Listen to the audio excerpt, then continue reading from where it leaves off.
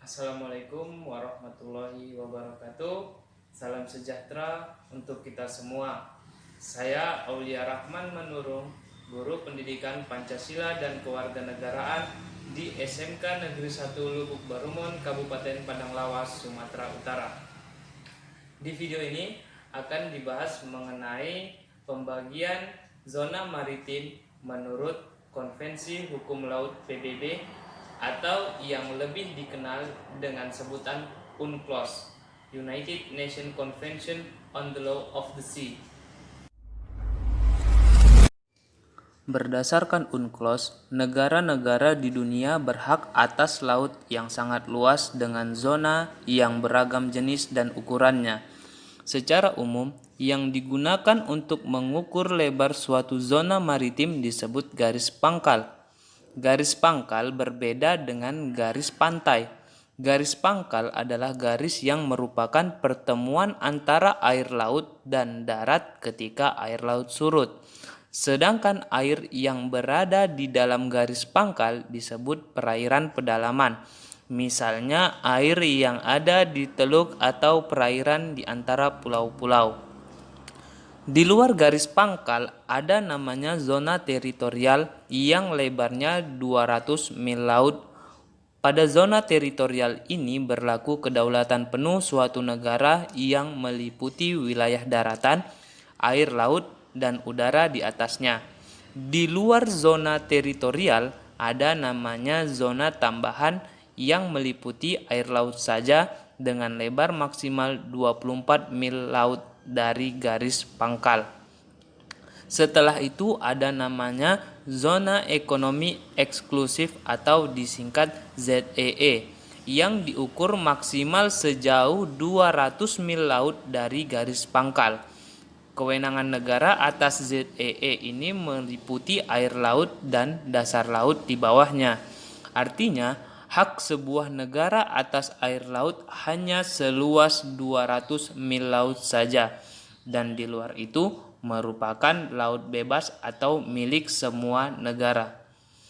Oh iya, walaupun zona tambahan dan ZEE itu diukur dari garis pangkal, tetapi yang dimaksud zona tambahan dan ZEE itu adalah yang berada di luar laut teritorial. Nah, kalau dilihat, zona tambahan masuk ke dalam ZEE. Tapi kenapa dibedakan? Nah, ternyata ada aturan yang berlaku, terutama hak dan kewajiban negara pada zona tambahan agak berbeda dengan ZEE. Selain itu, ada namanya landas kontinen atau benua yang berada di luar laut teritorial ke arah laut lepas.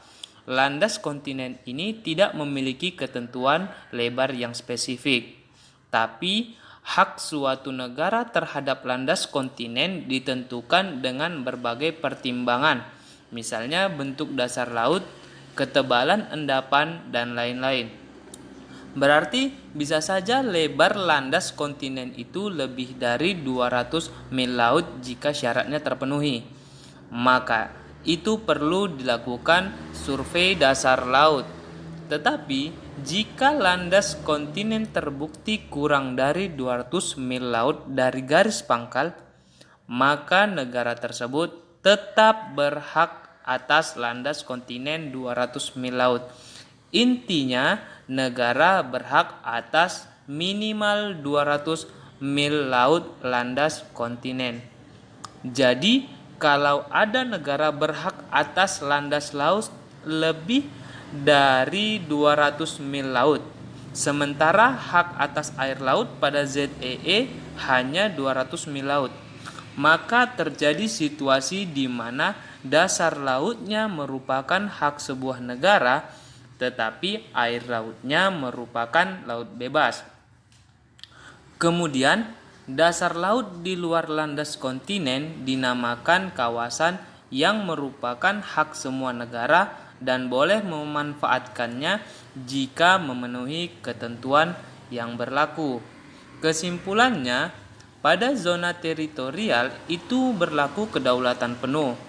Tetapi di luar itu atau pada zona tambahan ZEE dan landas kontinen itu hanya berlaku hak berdaulat saja. Nah, itu tadi pembahasan singkat mengenai pembagian zona maritim menurut UNCLOS. Semoga dapat menambah pengetahuan dan memahami perbedaan zona-zona yang ditentukan oleh UNCLOS. Terima kasih. Assalamualaikum warahmatullahi wabarakatuh.